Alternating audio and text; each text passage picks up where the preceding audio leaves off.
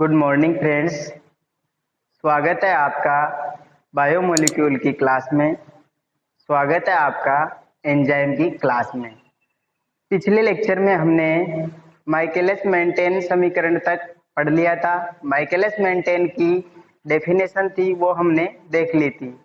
आज Michaelis Menten की ही जो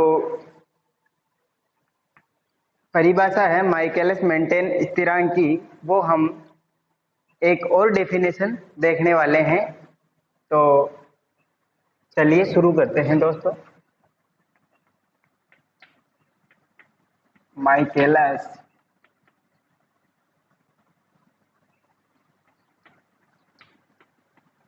मेंटेन स्थिरांक,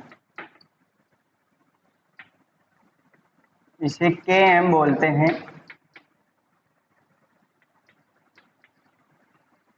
इसकी दूसरी परिभाषा हम यहाँ देखने जा रहे हैं, वो होती है अभिकारक की वह सांद्रता जिस पर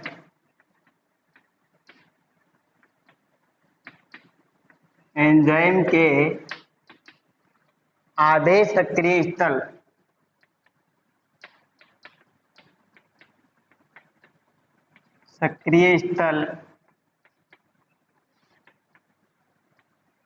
भर जाए, Km कहलाता है।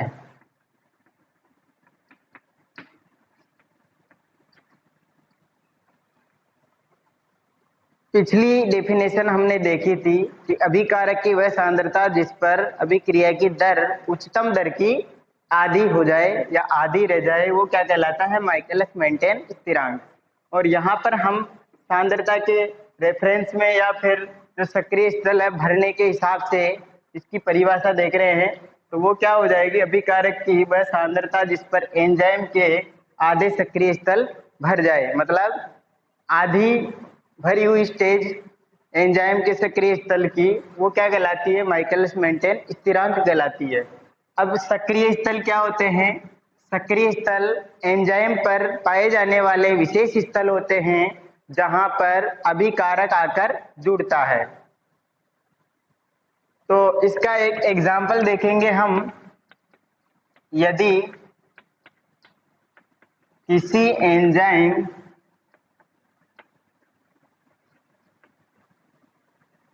पर 100 अभिकारक जुड़ सकते हैं, तो Km का मान क्या होगा? तो इस परिभाषा से दोस्तों पता लग रहा है कि सक्रिय स्थल जो एंजाइम के सक्रिय स्थल है वो पूरे भरेंगे कब? जब अपने पास कितने अभिकारक हो? 100। तो S की वैल्यू कितनी हो हमारे पास? S की वैल्यू 100 हो, तब जाकर के एंजाइम के सारे सक्रिय स्थल भरेंगे। तो Km का मान क्या होता है? इसका आधा होता है। तो Km का मान यहाँ पर क्या हो जाएगा? 100/2 मतलब 50। तो जितनी भी एंजाइम की कैपेसिटी होती है, जो उसका आधा होता है, वो किसको शो करता है या किसको बताता है? Km को बताता है। अब इसके बाद हम चौथा जो कारक है अपना, जिसे हम संदमक बोलते हैं, वो पढ़ने से पहले एक नया बिंदु स्टार्ट करेंगे ताकि वो संदमक वाला भाग है वो हमें समझ में आ जाए। तो चलिए शुरू करते हैं। वो नया बिंदु जो हम यहाँ लेने जा रहे हैं वो होगा होलो एंजाइम। होलो एंजाइम दोस्तों, हम जानते हैं कि एंजाइम की प्रकृति क्या होती है? प्रोटीन प्रकृति होती है। इसी का दूसरा नाम हो जाएगा कॉन्जुगेट एंजाइम।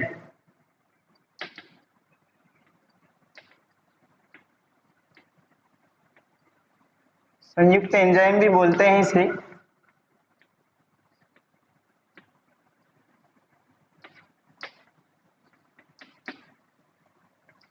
प्रोटीन प्रकृति के होते हैं एंजाइम, लेकिन होलो एंजाइम क्या है, प्रोटीन और नॉन प्रोटीन भाग दोनों से मिलकर बने होते हैं। तो इसकी डेफिनेशन हो जाएगी, वे एंजाइम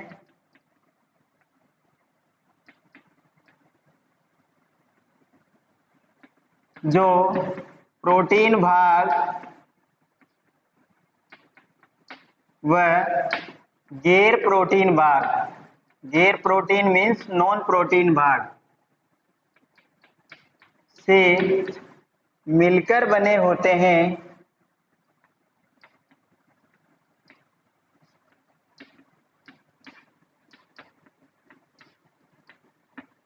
होलो एंजाइम कहलाते हैं।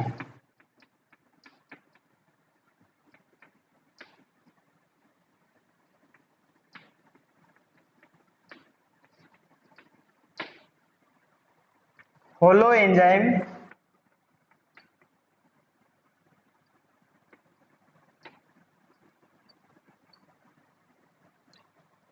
इसी का दूसरा नाम है कॉन्जुगेट।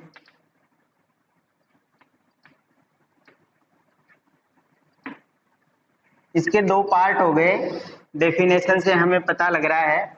एक है प्रोटीन भाग और दूसरा हो जाएगा गैर प्रोटीन भाग।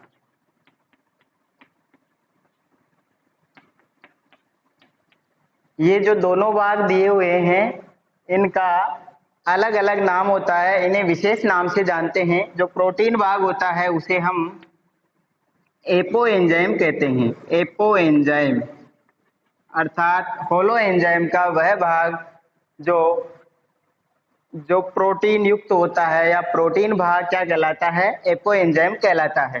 दूसरा भाग गैर प्रोटीन भाग कहलाता है कोफैक्टर, सहकारक।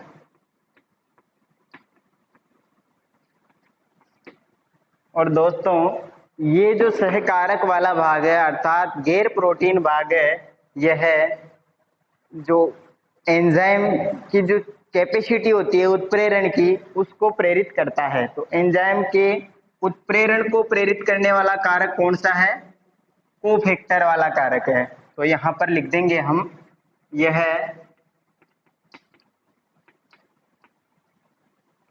एंजाइम की उत्प्रेरण क्षमता को प्रभावित करता है।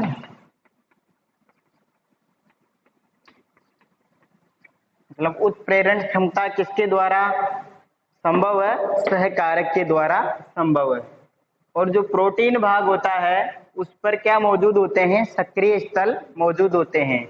जो इस वाले भाग पर सक्रिय स्थल मौजूद होंगे उससे अभिकारक जुड़ेंगे और ये वाला भाग इस रिएक्शन को आगे बढ़ाएगा, अर्थात उत्प्रेरित करने का काम करता है।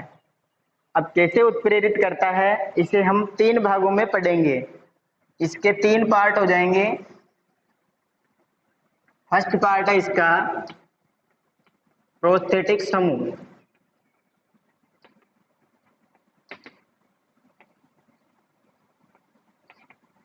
दूसरा भाग हो जाएगा कोएंजाइम, इसे सह एंजाइम कहते हैं। और लास्ट वाला भाग है धातु आयन या मेटल आयन।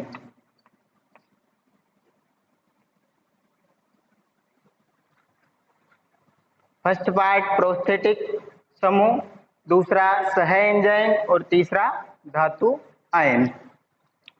अब हम प्रोस्थेटिक समूह के बारे में पढ़ेंगे। प्रोस्थेटिक समूह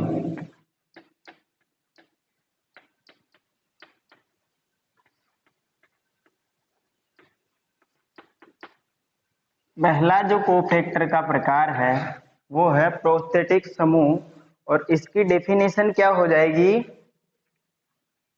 वह गैर प्रोटीन भाग जो एंजाइम से जो प्रोटीन भाग हमने किसे बोला था? एपो एंजाइम को। एपो एंजाइम से दृढ़ता से जुड़ा होता है, प्रोस्थेटिक समूह कहलाता है।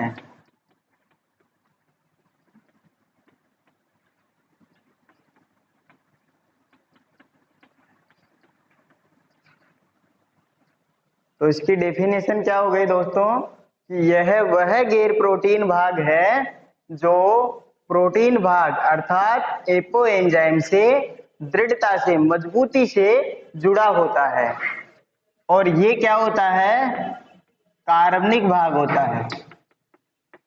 तो दूसरा बिंदु हो जाएगा इसके बारे में, यह कार्बनिक भाग होता है। इसका एग्जाम्पल अगर हम देखें तो वो है हीम समूह। हीम समूह हम जानते हैं हीमोग्लोबिन में पाया जाता है, और हीमोग्लोबिन क्या है? प्रोटीन है। यहाँ हम पढ़ रहे हैं एंजाइम। तो दोस्तों हीम समूह कौन कौन से एंजाइम में पाया जाता है? तो वो एंजाइम हो जाएंगे कैटेलेज व परऑक्सीडेज। तो कैटेलेज और परऑक्सीडेज वे एंजाइम्स है जिनमें हीम समूह उपस्थित होता है, और हीम समूह किसका एग्जाम्पल है? प्रोस्थेटिक समूह का। इसके बाद दूसरा भाग आता है कोएंजाइम या सह एंजाइम। इसे बोलते हैं कोएंजाइम। वह गैर प्रोटीन भाग जो एपो एंजाइम से अस्थायी या ढीले रूप में जुड़ा हो, क्या कहलाता है? सह एंजाइम कहलाता है।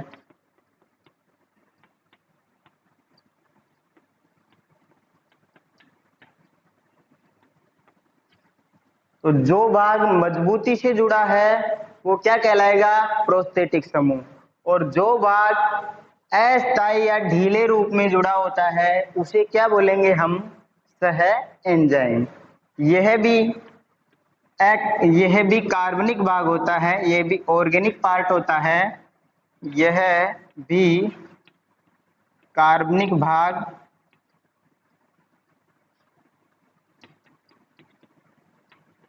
होता है। और इसका जो एग्जाम्पल है वो हो जाएंगे FAD, NAD, TPP। इनके बारे में दोस्तों अभी हम देखेंगे, इनकी फुल फॉर्म देखेंगे। फिलहाल हमें इनके नाम याद रखने हैं। FAD, NAD और TPP क्या है? सह एंजाइम के उदाहरण हैं। और ये अधिकांश जो ये सारे सह एंजाइम है वो किससे प्राप्त होंगे? विटामिन बी से।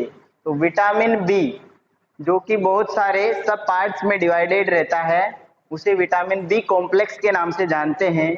वो अधिकांश विटामिन किसका निर्माण करते हैं? सह एंजाइम का। तो अपना बिंदु हो जाएगा कि अधिकांश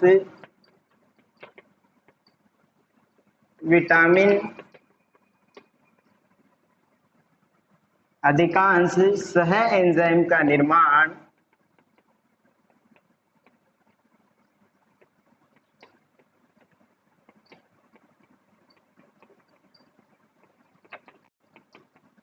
विटामिन बी से होता है। विटामिन बी, तो विटामिन बी में कौन से विटामिन से कौन सा सह एंजाइम प्राप्त होगा वो हम देखेंगे। तो दोस्तों सबसे पहले आता है विटामिन बी1। वैसे विटामिन बी को बहुत सारे भागों में बांटा गया है, B1, बी2, B3, B5, B6, B12 etcetera. तो विटामिन बी1, इसका रासायनिक नाम होता है दोस्तों थियामीन।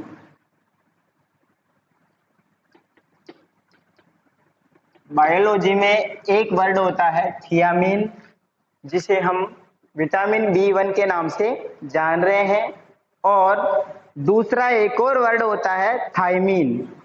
थायमीन क्या होता है? वो एक नाइट्रोजन क्षार है, उसके बारे में आगे चर्चा होगी। तो विटामिन बी1, थियामीन, और इससे कौन सा सह एंजाइम मिलेगा? टीपीपी। तो इसकी फुल फॉर्म हो जाएगी थियामीन पायरोफॉस्फेट।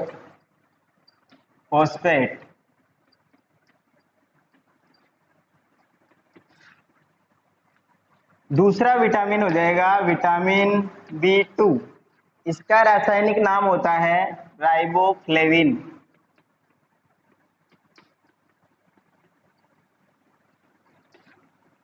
और इससे मिलता है FAD। इसकी फुल फॉर्म हो जाएगी flavin adenine die nucleotide.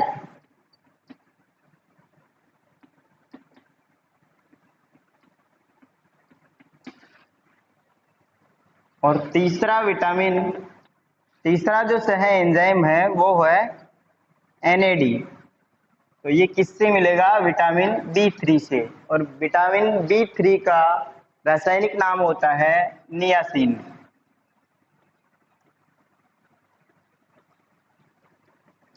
NAD इससे मिलेगा, इसकी फुल फॉर्म हो जाएगी निकोटिनेमाइड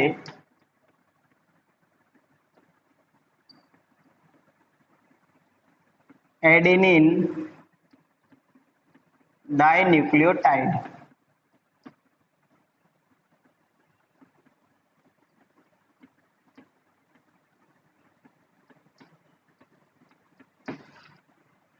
दोस्तों जब यहाँ विटामिन की बात चल रही है तो विटामिन से संबंधित एक जो भ्रांति है मार्केट में, वो मैं आपको बताना चाहूँगा, क्योंकि हम साइंस के स्टूडेंट हैं और हमें जो भी हम पढ़ रहे हैं अपने सब्जेक्ट में उसका पता होना चाहिए कि क्या ये सही है या गलत है, क्या सही है और क्या गलत है, उसके बारे में हमें पता होना चाहिए।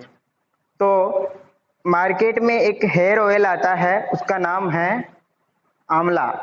तो जो आंवला हेयर ऑयल है उसमें लिखा होता है कि विटामिन सी से भरपूर, जबकि हम जानते हैं कि विटामिन दो प्रकार के होते हैं, जल में घुलनशील और वसा में घुलनशील। तो जल में घुलनशील विटामिन है दो, बी और सी, और जो बाकी के विटामिन है vitamin A, vitamin D, vitamin E, vitamin के, ये क्या होते हैं? वसा में घुलनशील। और आंवले में कौन सा विटामिन होता है? Vitamin C. तो विटामिन सी जल में घुलनशील विटामिन है, वो तेल में कैसे हो सकता है भाई? अगर तेल में विटामिन सी हुआ तो या तो वो तेल नहीं है या फिर उसमें विटामिन सी नहीं है। इसी प्रकार अभी मार्केट में नया बॉर्नविटा आया है, उसमें बताया गया है कि इसके इस्तेमाल से या इसको जो रोज यूज करने से विटामिन डी की पूर्ति होगी। और हमने पढ़ा है कि विटामिन डी मिलता है सूर्य के प्रकाश से। तो इनका दूर दूर तक कोई वास्ता नहीं है दोस्तों। ये जो एडवर्टाइजमेंट है वो कुछ भी लिख देते हैं, लेकिन हमें प्रॉपर नॉलेज होना चाहिए। तो चलते हैं हम आगे वाले भाग पर। तो ये था सह एंजाइम जो कि विटामिन बी से प्राप्त होता है, और इसके ये 3 एग्जाम्पल है। कौन कौन से विटामिन से ये मिलता है, इनकी कौन सी फुल फॉर्म क्या है, ये हमने देख ली। अब इसके बाद तीसरा भाग आता है हमारा, वो है धातु आयन, जिसे हम बोलते हैं मेटल आयन।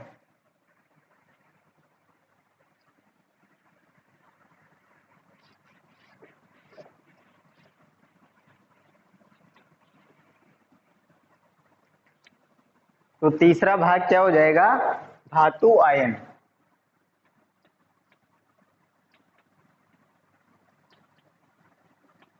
मेटल आयन यह वह गैर प्रोटीन भाग होता है जो क्या होता है, अकार्बनिक होता है। 3 में से जो फर्स्ट वाले 2 भाग पढ़े हमने वो क्या थे, कार्बनिक। और ये कौन सा भाग है, ये अकार्बनिक भाग होता है।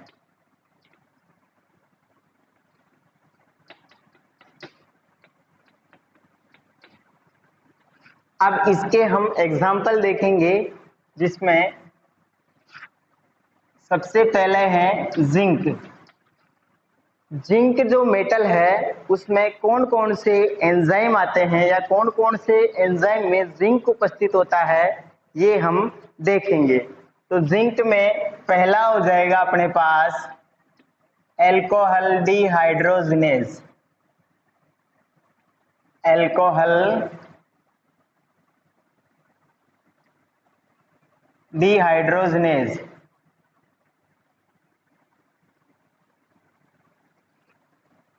और सेकंड नंबर हो जाएगा अपने पास कार्बोक्सी पेप्टाइडेज।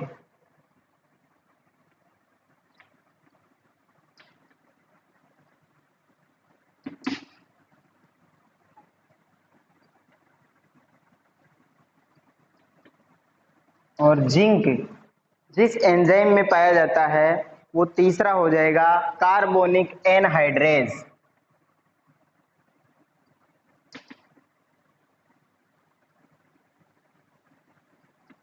तो दोस्तों जिंक जिन 3 एंजाइम्स में प्रेजेंट होता है उसके ये एग्जाम्पल है, वो आपको याद रखने हैं। इसके बाद आता है मैग्नीशियम। तो मैग्नीशियम किस में उपस्थित होगा, वो होगा काइनेज और डीएनए पॉलीमरेज में। फर्स्ट होगा डीएनए पॉलीमरेज में, सेकंड हो जाएगा काइनेज।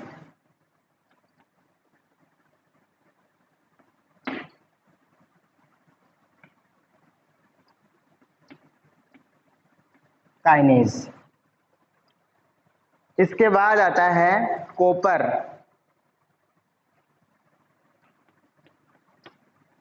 कॉपर प्रेजेंट होता है दोस्तों साइटोक्रोम ऑक्सीडेज में। इसके बाद जो चौथा एलिमेंट है वो है निकिल। और निकिल जो मेटल है वो किस में पाई जाएगी, यूरिएज एंजाइम में।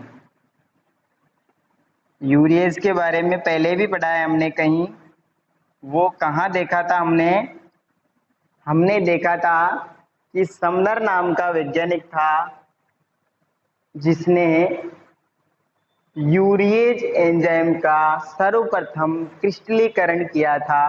और क्रिस्टलीकरण हो गया, इसका मतलब एंजाइम की नेचर क्या होती है, प्रोटीन नेचर होती है। तो निकिल किसमें होगा, यूरिएज में। इसके बाद है मोलिब्डेनम। मोलिब्डेनम नाइट्रोजन फिक्सेशन में आता है दोस्तों। तो नाइट्रोजनेज एंजाइम का घटक होगा नाइट्रोजनेज। तो ये है मेटल आयन, अर्थात ये जो मेटल है उनमें ये एंजाइम पाए जाते हैं। अब होलो एंजाइम हमने पढ़ लिया, जिसमें फर्स्ट जो प्रोटीन भाग था वो था एपो एंजाइम, और रेस्ट जो अप्रोटीन भाग या गैर प्रोटीन भाग था उसे हमने नाम दिया था कोफैक्टर। और कोफैक्टर के 3 टाइप हमने पढ़ लिए, इसके एग्जाम्पल देख लिए। इसके बाद चलते हैं दोस्तों एंजाइम के क्लासिफिकेशन पर। Classification of enzymes. तो एंजाइम का वर्गीकरण हम देखने वाले हैं। ये जो वर्गीकरण है ये 6 क्लासेज में किया गया है, और ये जो 6 क्लासेज हैं इनको ईसी एंजाइम क्लासिफिकेशन के नाम से जानते हैं। और जो ये क्लासिफिकेशन हुआ है वो ऑर्डर वाइज है, क्रम से है। अगर आपको बोल दिया जाए कि ईसी फर्स्ट बताओ तो ईसी फर्स्ट पे जो हम पढ़ेंगे वही रहेगा, बाकी दूसरा नहीं आएगा। तो एंजाइम का क्लासिफिकेशन, एंजाइम का वर्गीकरण।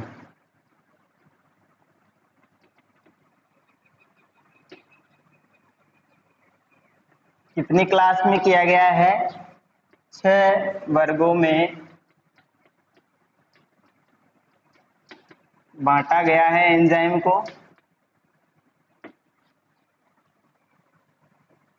जिन्हें ईसी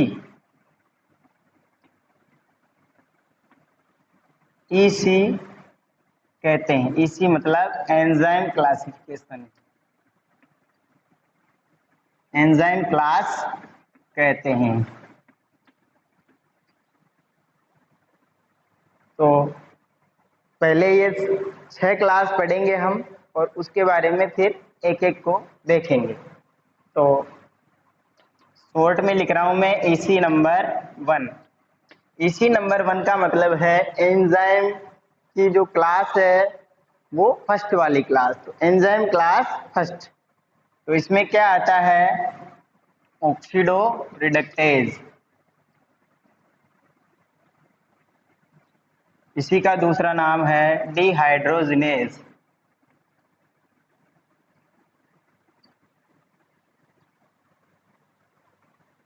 सेकेंड क्लास है EC2। इसमें क्या आता है दोस्तों? इसमें आता है ट्रांसफेरेज।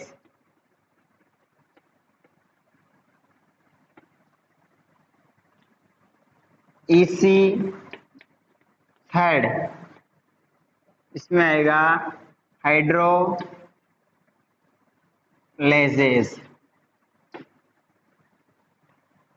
फोर्थ क्लास है EC4। इसमें आएगा दोस्तों लाइजेजेस, LYASES, लाइजेजेस। के बाद है EC5 आइसोमरेजेस।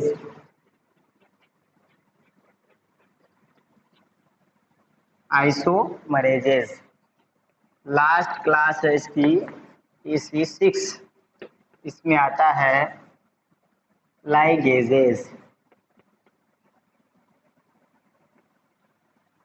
ये जो EC4 है और EC6 है, इन दोनों के नाम में ऐसा लगता है कि ये दोनों एक ही है, इक्वल ही है।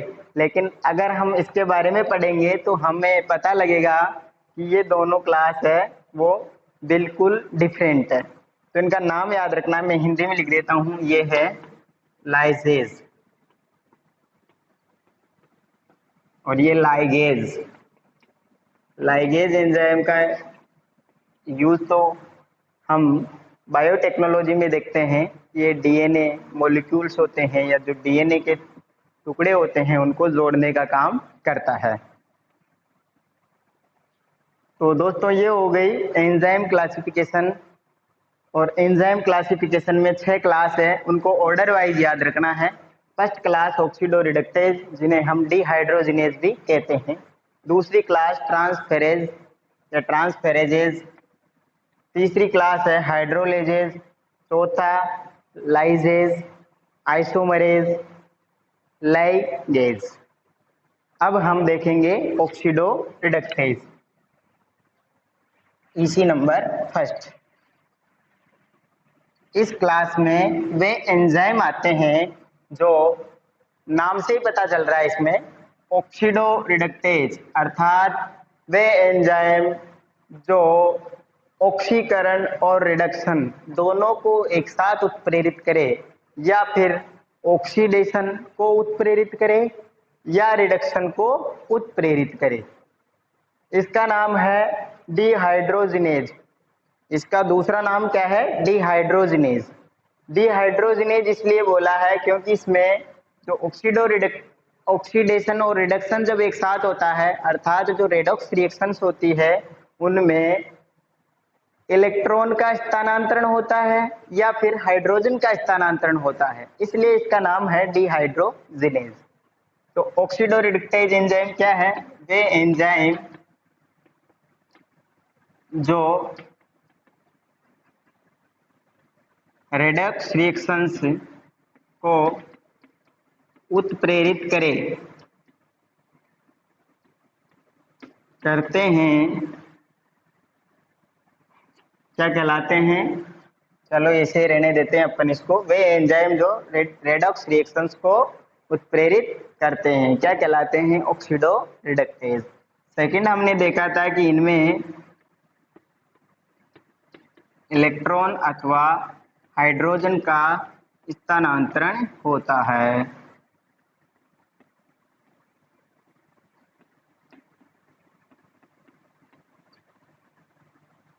इसके एग्जाम्पल हो जाएंगे, नाम से ही पता चल रहा है, ऑक्सीडेज और रिडक्टेज। ऑक्सीडेज और रिडक्टेज एंजाइम है, उनकी कौन सी क्लास है? EC first. अब सेकंड क्लास होगी दोस्तों ईसी सेकंड। ईसी सेकंड में हमने पढ़ा था ट्रांसफेरेजेज। तो ये क्या होते हैं? वे एंजाइम जो किसी रासायनिक समूह को एक अभिकारक से दूसरे अभिकारक पर स्थानांतरित कर देते हैं। जैसे ये एक अभिकारक है एस, दूसरा अभिकारक लेंगे हम एस डैश। ये इसकी रिएक्शन होगी एंजाइम की प्रेजेंट में, और किसी भी एक अभिकारक पर, मान लो फर्स्ट वाले पे ये रासायनिक समूह जुड़ा हुआ है जी, तो अगर ये एंजाइम ट्रांसफरेजेज हुआ तो क्या होगा? ये इस रासायनिक समूह को यहाँ से हटा करके किस पर जोड़ देगा? दूसरे अभिकारक पर जोड़ देगा। तो क्या हो जाएगा? एस ऐसे कैसे रह जाएगा और एस डैश पर क्या आ जाएगा? रासायनिक समूह आ जाएगा। तो ये है ट्रांसफेरेजेज। यह एक अभिकारक से रासायनिक समूह को हटाकर दूसरे अभिकारक से जोड़ देता है। ठीक है, तो इसके बारे में लिख लेंगे हम। वे एंजाइम जो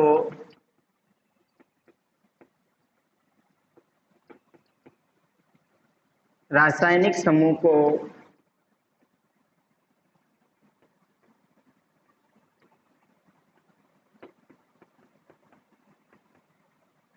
एक अभिकारक से हटाकर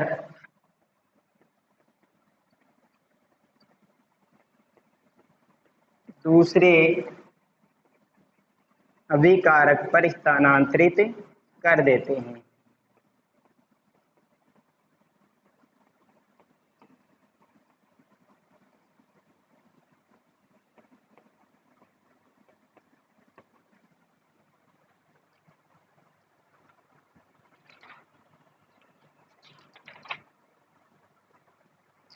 इसका एग्जाम्पल हो जाएगा दोस्तों काइनेज और ट्रांस एमिनेज। तो इसके एग्जाम्पल देखेंगे हम।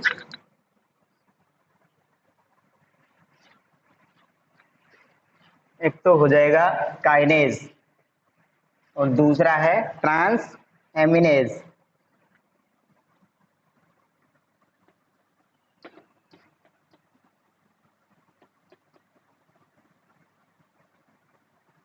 काइनेज क्या करता है, फॉस्फेट समूह को स्थानांतरित करता है।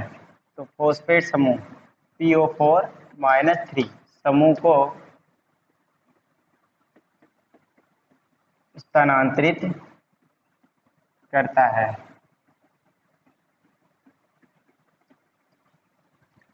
दूसरा है ट्रांस अमीनेज। ये क्या करता है, इसमें नाम से पता चल रहा है कि एमिन समूह होता है, NH2 समूह होता है, उसका स्थानांतरण करता है।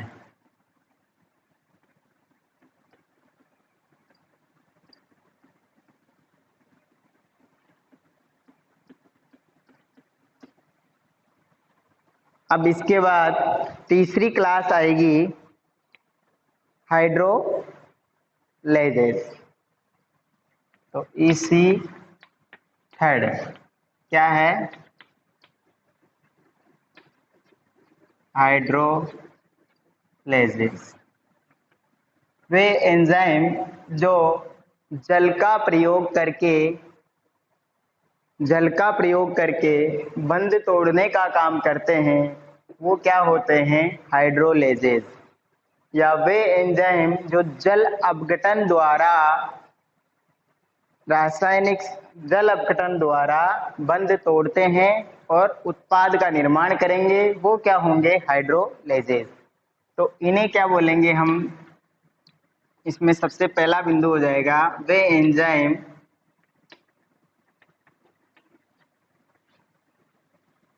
जो जल का प्रयोग करते हैं।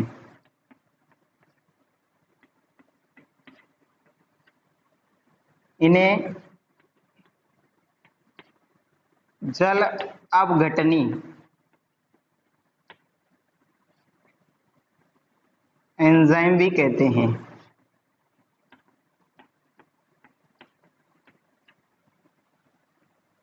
तो जल अपघटन द्वारा जो उत्पाद बनाएंगे वो क्या होंगे, हाइड्रोलेजेस। और जो हाइड्रोलेजेज हैं, इनके जो एग्जाम्पल है वो हम जो डाइजेस्टिव सिस्टम है जिसमें जो सारे पाचक एंजाइम है वो किस में आ जाएंगे, हाइड्रोलेजेज। तो जो सभी पाचक एंजाइम है वो किस श्रेणी में आएंगे, हाइड्रोलेजेज की श्रेणी में आएंगे। प्रोटीन का पाचन करने वाले एंजाइम होंगे प्रोटीएज। कार्बोहाइड्रेट का पाचन करने वाले हो जाएंगे एमाइलेज। लाइपेजेज होता है वो वसा का पाचन करता है। और न्यूक्लिक एसिड का पाचन करने वाले क्या हो जाएंगे, न्यूक्लियस।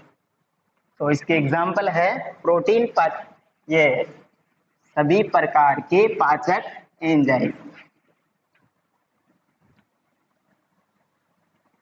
एग्जाम्पल हो जाएगा इसका पाचक एंजाइम। इसमें हमने पढ़ा है, देखा है हमने, प्रोटीएज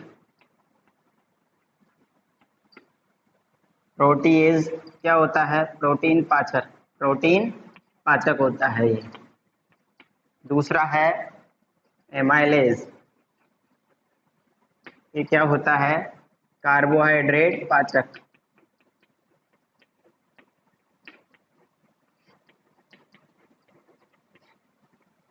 तीसरा है लाइपेज, वसा पाचक। और एक है न्यूक्लियस, न्यूक्लिक अम्ल पाचक।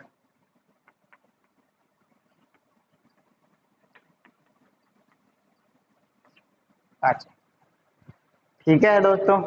अब इसके बाद चौथी क्लास आएगी हमारी लाइजेज। चौथी क्लास है लाइजेज। तो इसी नंबर 4 हम पढ़ने जा रहे हैं।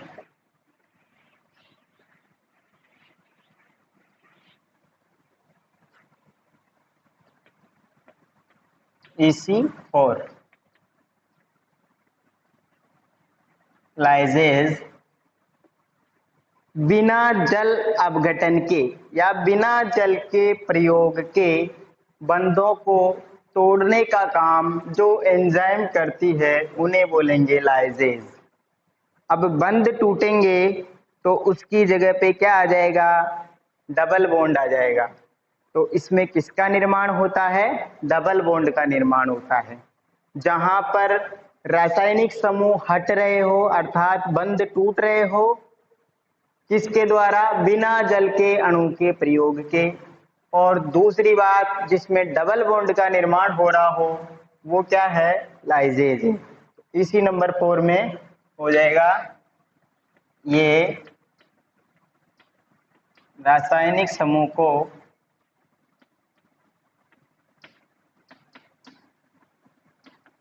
बिना जल के प्रयोग के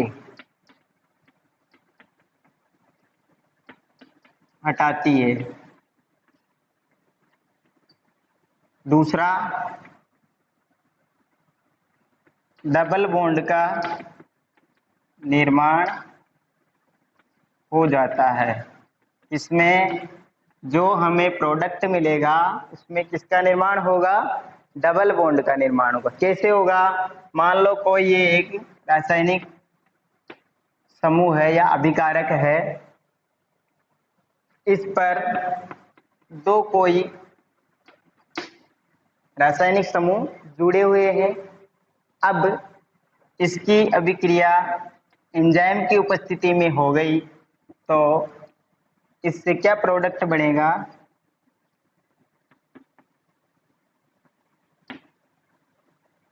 ये प्रोडक्ट बन जाएगा। तो इसमें क्या परिवर्तन हुआ दोस्तों,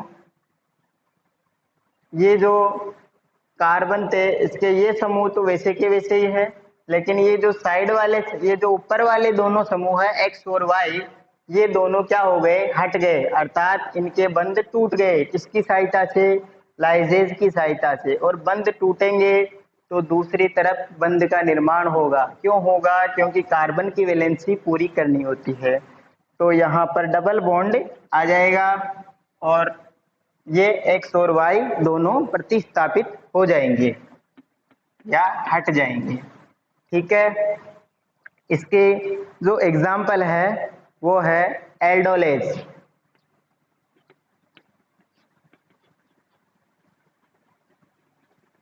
एल्डोलेज केमिस्ट्री में आता है, एल्डोल संघनन, वो वाली बात है। ठीक है, इसके बाद आता है दोस्तों EC5। EC5 क्या होती है, आइसोमरेजेज। इसमें सभी प्रकार के जो समावेवी है उसमें अंतर परिवर्तन हो जाता है, अर्थात एक समावेवी दूसरे समावेवी, एक आइसोमर दूसरे आइसोमर में चेंज हो जाता है। तो उसे किस श्रेणी में रखेंगे हम, आइसोमरेजेज वाली श्रेणी में रखेंगे।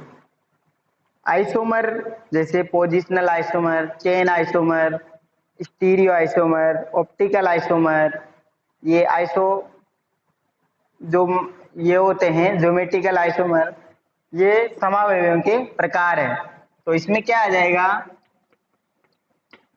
वे एंजाइम जो समावयवियों में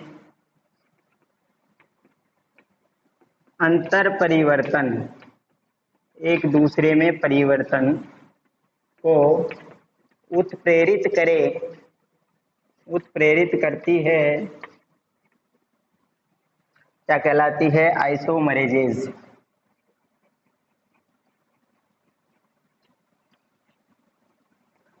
कहलाती है। इसमें एग्जाम्पल में क्या आ जाएंगे, सारे आइसोमर आ जाएंगे, जो भी आइसोमर है, जो भी समावेवी है वो इसका एग्जाम्पल हो जाएगा। इसके बाद लास्ट क्लास हम देखेंगे EC6। EC6 और EC6 क्या है? लाइगेजेज। लाइगेजेज है EC6।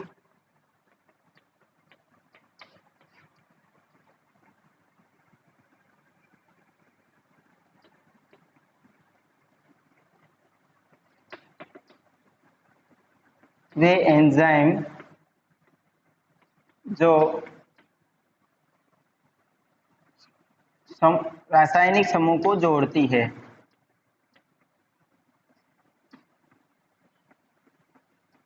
समूहों को जोड़ती है। इसमें क्या होगा, कोई भी पार्टिकल है या कोई भी चीज है, उनका जुड़ाव होगा, वो एक दूसरे से जुड़ेंगे, उसमें बंद टूटने वाली बात नहीं रहेगी। तो इसका एग्जाम्पल हो जाएगा DNA लाइगेज।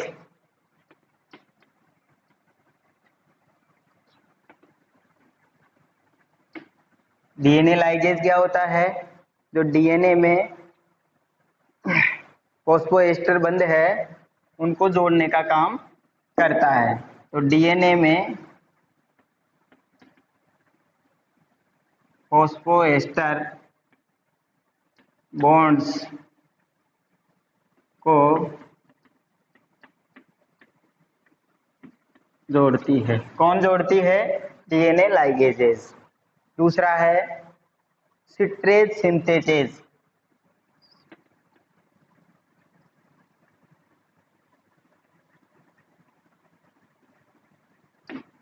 ये दूसरा एग्जाम्पल हो गया।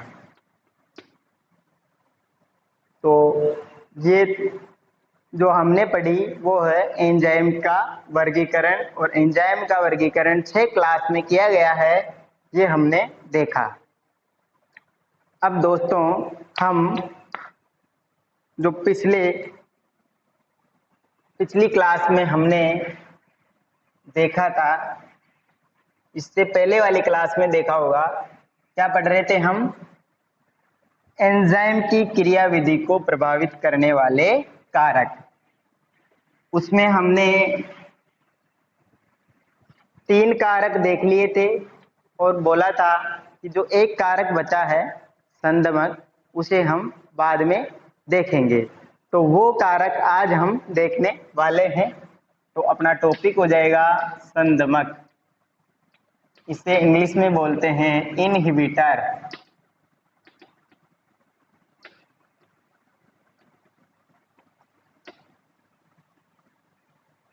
तो वे रसायन जो एंजाइम की क्रिया को कम कर देते हैं या रोक देते हैं, वे क्या कहलाते हैं? संदमक कहलाते हैं।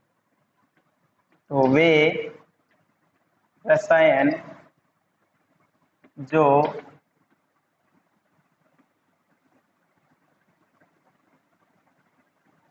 एंजाइम की क्रिया को कम कर देते हैं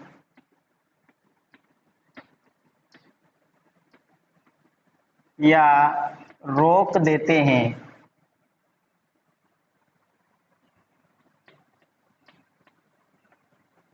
संदमक कहलाते हैं।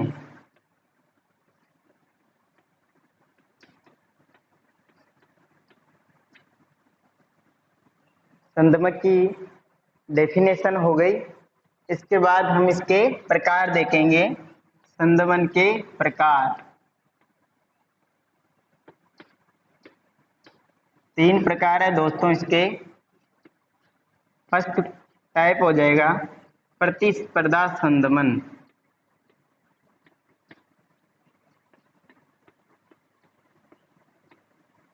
दूसरा हो जाएगा, इसे बोले, ये क्या है हिंदी में स्पष्ट समझ में नहीं आएगा, क्योंकि जो प्रतिस्पर्धा संदमन है इसको बोलते हैं कॉम्पिटिटिव इनहिबिशन। इसे लिख देता हूं मैं।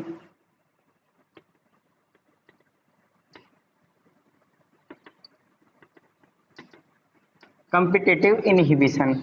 अब जो बाकी 2 है उनको अगर हिंदी में देखेंगे तो उनका मीनिंग निकलता है अप्रतिस्पर्धा संदमन।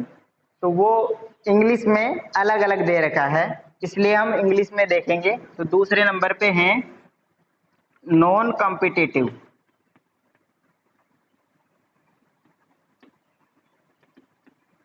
इनहिबिशन या संदमन।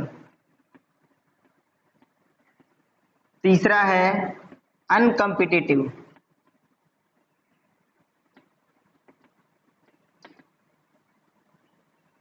संदमन। तो संदमन के 3 प्रकार हो गए दोस्तों।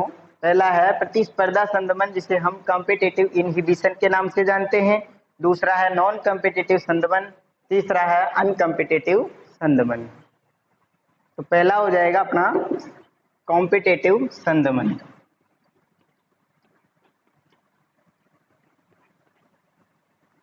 ये कोई एंजाइम है,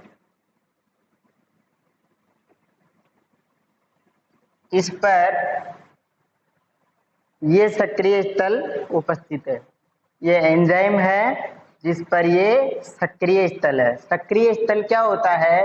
वह स्थल या वह साइट जिस पर कोई अभिकारक जुड़ता है। एंजाइम का वह स्थल या वह स्थान जहां से अभिकारक जुड़ता है वो क्या होता है? सक्रिय स्थल होता है। अब इसमें क्या होगा, ये हमने ले लिया एक अभिकारक और एक दूसरा ले लिया हमने संदमन या संदमक। इसको अलग से दिखा देते हैं। ये एंजाइम, इसका ये सक्रिय स्थल और ये है अभिकारक। इसे हम एस से लिख देंगे, इसे आई से लिख देंगे और ये है एंजाइम ई। अब इनकी हम क्रिया करवाएंगे। तो हम क्या पढ़ रहे हैं? संदमन, प्रतिस्पर्धा संदमन। हमारे पास इस सक्रिय स्थल पर जुड़ने के लिए 2 कैंडिडेट मौजूद है, एक तो एस और एक और आई। अब इन दोनों के बीच में क्या होगी? प्रतिस्पर्धा होगी। अगर इस सक्रिय स्थल से अभिकारक जुड़ जाता है तो आगे अभिक्रिया हो जाएगी और उत्पाद का निर्माण हो जाएगा, अर्थात रासायनिक अभिक्रिया संपन्न हो जाएगी। लेकिन अगर S के स्थान पर I जुड़ गया, S भी वैसा ही है जैसा I है, तो इन दोनों के बीच में कंपटीशन होगा। अगर I जुड़ गया तो ये अभिक्रिया आगे नहीं हो पाएगी। ठीक है, तो इसमें प्रतिस्पर्धा संदमन में क्या हो जाएगा?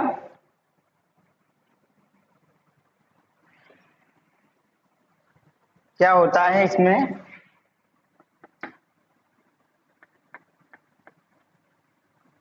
अभिकारक व संदमक क्या होते हैं? समवर्तीय होते हैं। समवर्तीय मतलब एक जैसे होते हैं। दूसरा है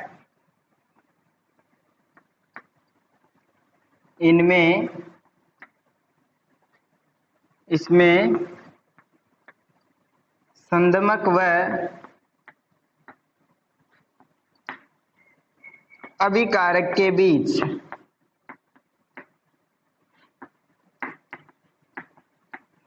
प्रतिस्पर्धा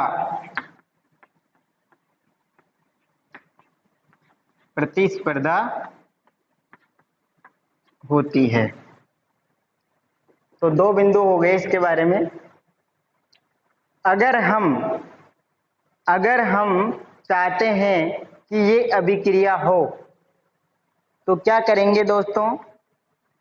प्रतिस्पर्धा संदमन हम पढ़ रहे हैं और अगर हम चाहते हैं कि ये अभिक्रिया संपन्न हो तो क्या हो जाएगा?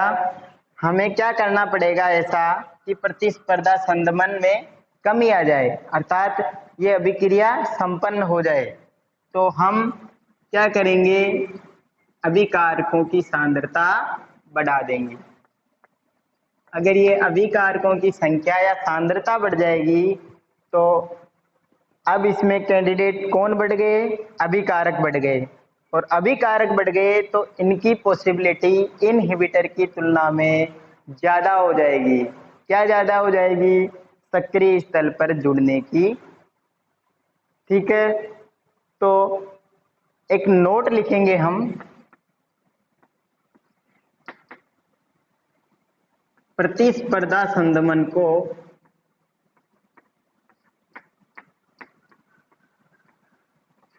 कम करने के लिए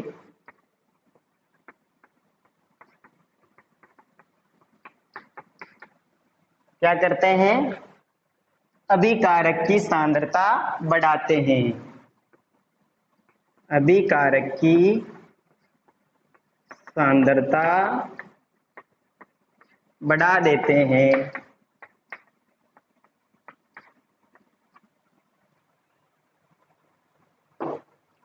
अब दोस्तों हम क्या कर रहे हैं? अभिकारक की सांद्रता क्या कर रहे हैं? बढ़ा रहे हैं।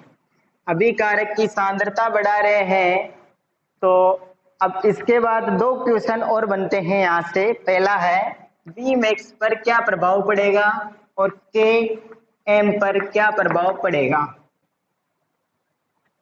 प्रतिस्पर्धा संदमन को कम करने के लिए, अर्थात ये कम हो गया मतलब आगे अभिक्रिया संपन्न होगी। कब होगी? जब हम अभिकारकों की सांद्रता बढ़ा देंगे। अब अभिकारक की सांद्रता हमने बढ़ा दी, तो Vmax जो हमने पढ़ा है अभिक्रिया की उच्चतम दर, और Km माइकेलिस मेंटेन स्थिरांक, इन दोनों पर क्या प्रभाव पड़ेगा? इनके मान में क्या परिवर्तन आएगा? बढ़ेंगे, घटेंगे या फिर नियत रहेंगे? तो दोस्तों Vmax का मान क्या रहेगा? नियत रहेगा।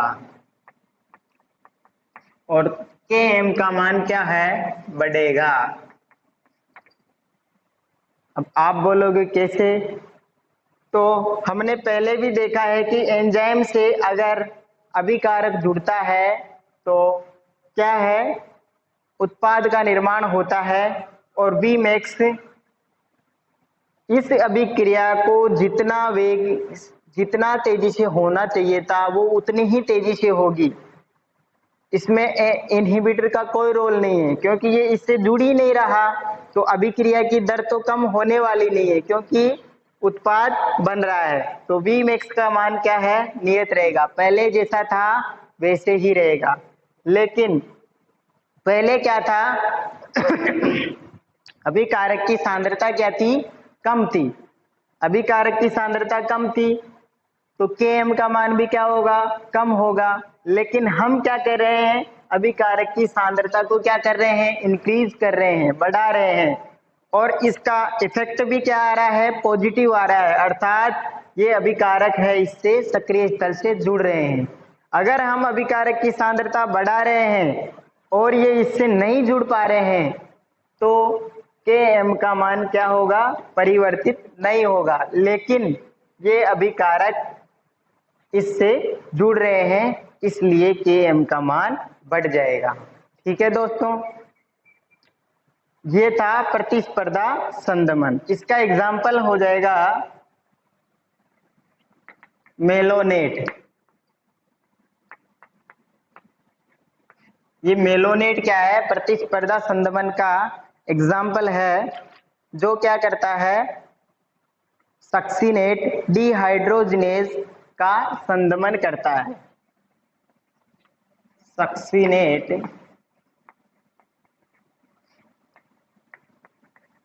डिहाइड्रोजिनेज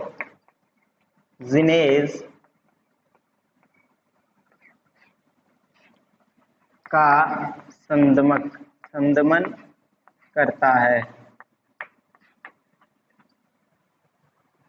ठीक है, अब इसके बाद हम देखेंगे नॉन कॉम्पिटिटिव संदमन।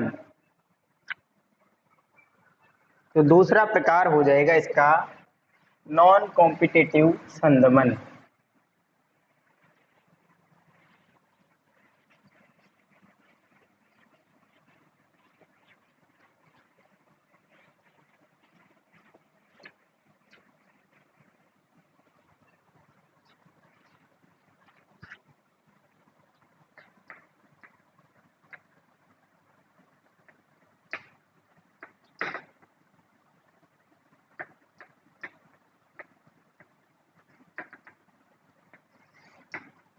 ये कोई एंजाइम है,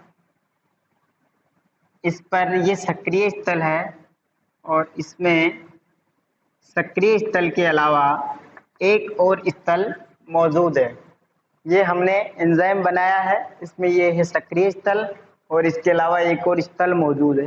दोस्तों, सक्रिय स्थल के अलावा जो भी स्थल या जो भी साइट मौजूद होती है एंजाइम पर, उसको बोलते हैं एलोस्टेरिक स्थल।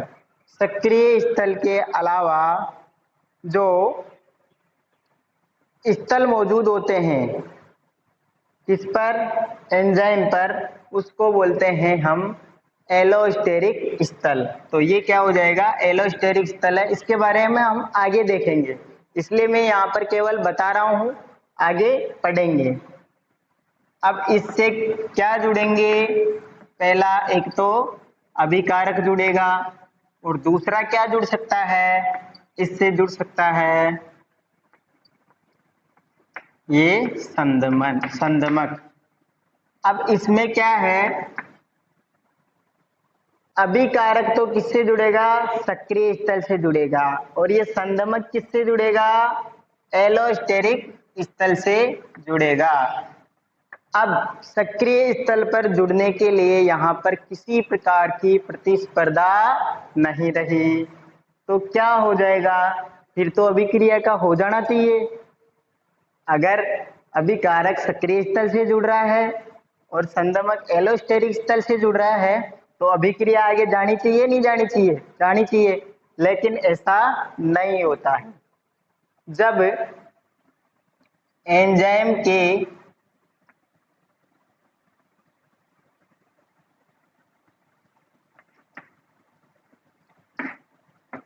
एलोस्टेरिक स्थल पर यह संदमक जुड़ जाएगा, तो क्या होगा दोस्तों, इसके जुड़ते ही जो ये सक्रिय स्थल है वो परिवर्तित हो जाएगा।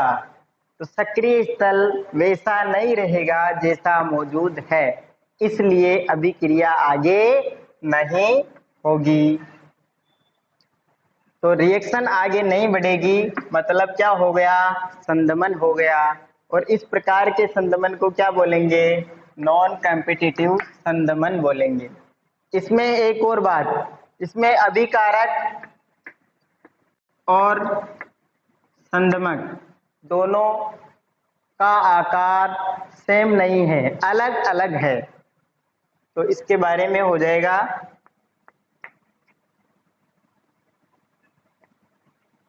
इसमें अभिकारक व संदमक समवर्तीय नहीं होते हैं।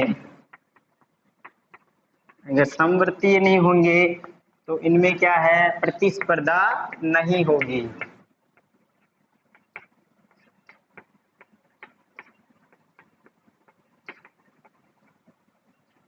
संदमक क्या करेगा, एलोस्टेरिक स्थल से जुड़ेगा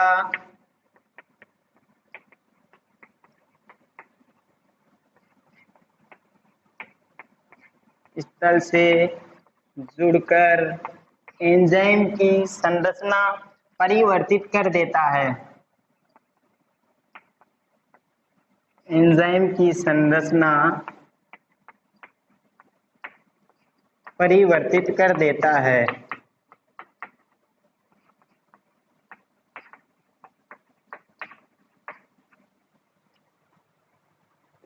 ये 3 पॉइंट हो जाएंगे नॉन कॉम्पिटिटिव संदमन के।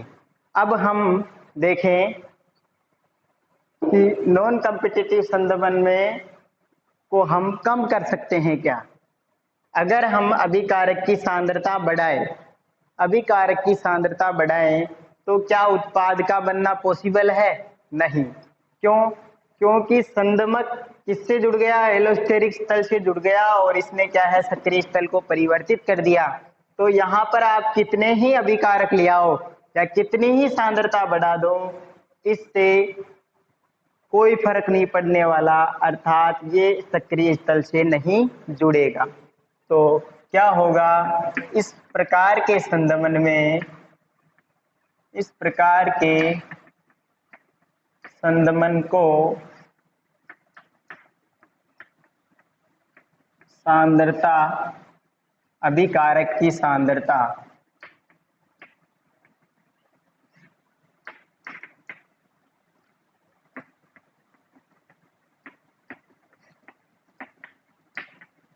बढ़ाकर कम नहीं किया जा सकता है।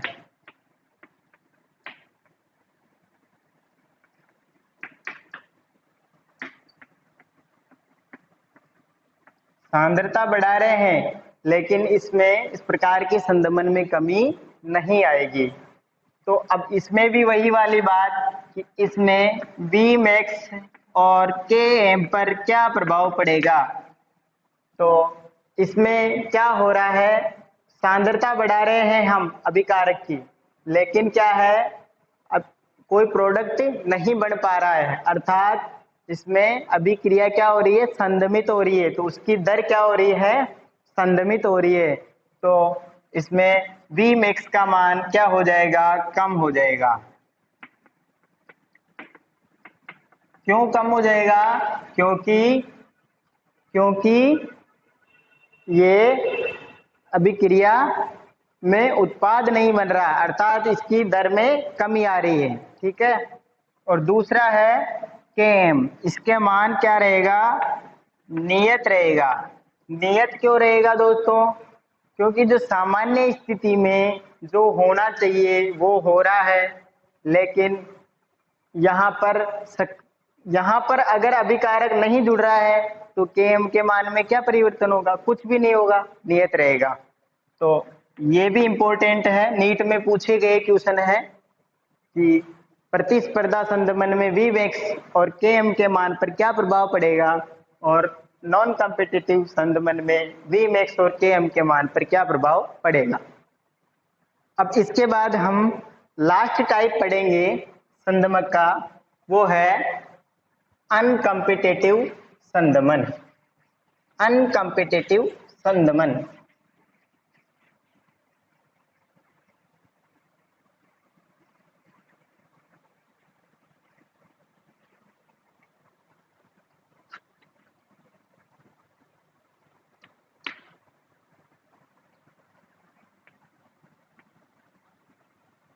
ये है अनकॉम्पिटिटिव संदमन।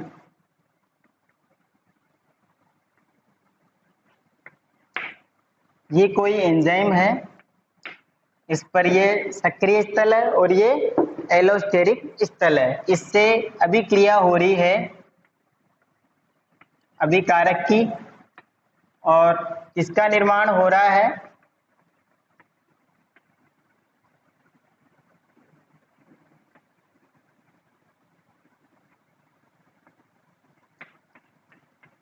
ES कॉम्प्लेक्स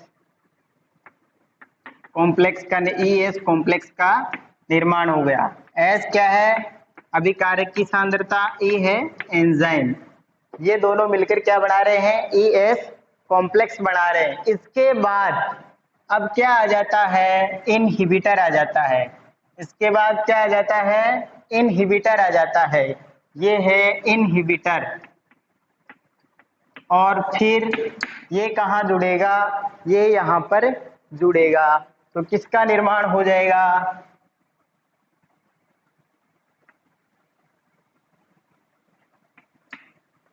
ये यहाँ पर जुड़ गया, और ये यहाँ पर पहले से ही क्या जुड़ा हुआ है, अभिकारक जुड़ा हुआ है। तो ये क्या बन गया दोस्तों, ESI कॉम्प्लेक्स बन गया। तो ये अभिक्रिया आगे नहीं जा पाएगी। ये एंजाइम था, इससे जुड़ा अभिकारक, तो क्या बना, ES कॉम्प्लेक्स बना। इसमें अब यहाँ तक तो ठीक ठाक चल रहा था, अब यहाँ पर अचानक क्या आ जाता है, इनहिबिटर आ जाता है, और ये कहाँ जुड़ जाता है, यहाँ जुड़ जाता है। किसका निर्माण हो गया, ESI कॉम्प्लेक्स का निर्माण हो गया। तो अभिक्रिया नहीं हो पाएगी। ठीक है दोस्तों, अब इसमें बस ऐसे ही याद रखना है कि ये एक संदमन है जिसमें पहले ES कॉम्प्लेक्स बनेगा, उसके बाद इनहिबिटर आएगा और ESI कॉम्प्लेक्स बनने की वजह से ये अभिक्रिया संपन्न नहीं हो पाती है। अब इसमें Km के मान पर सांद्रता कितनी ही बढ़ाओ कोई फर्क नहीं पड़ता। अब इसमें भी Km और Vmax का मान देख लेते हैं। इसमें Vmax के मान में तो क्या आ जाएगी, वैसे ही क्योंकि संदमन हो रहा है तो कमी आ जाएगी, कमी होती है। और Km के मान में क्या होगी, इसमें भी क्या होगी, कमी होती है। अब इसमें कमी क्यों हुई, क्योंकि मैंने बोला था कि Km का मान तब तक नहीं बदलेगा जब तक उससे कोई अभिकारक जुड़ नहीं जाता। तो एंजाइम से यहाँ पर H तो जुड़ रहा है, अभिकारक तो जुड़ तो रहा है ना, जुड़ रहा है लेकिन संदमन हो रहा है। मतलब जो अभिकारक की अपन ने पूर्व में जो सांद्रता देखी है उस हिसाब से वो कंप्लीट नहीं हो रही है, कम है उससे, इसलिए Km के मान में कमी होती है। तो दोस्तों ये थे संदमन के प्रकार।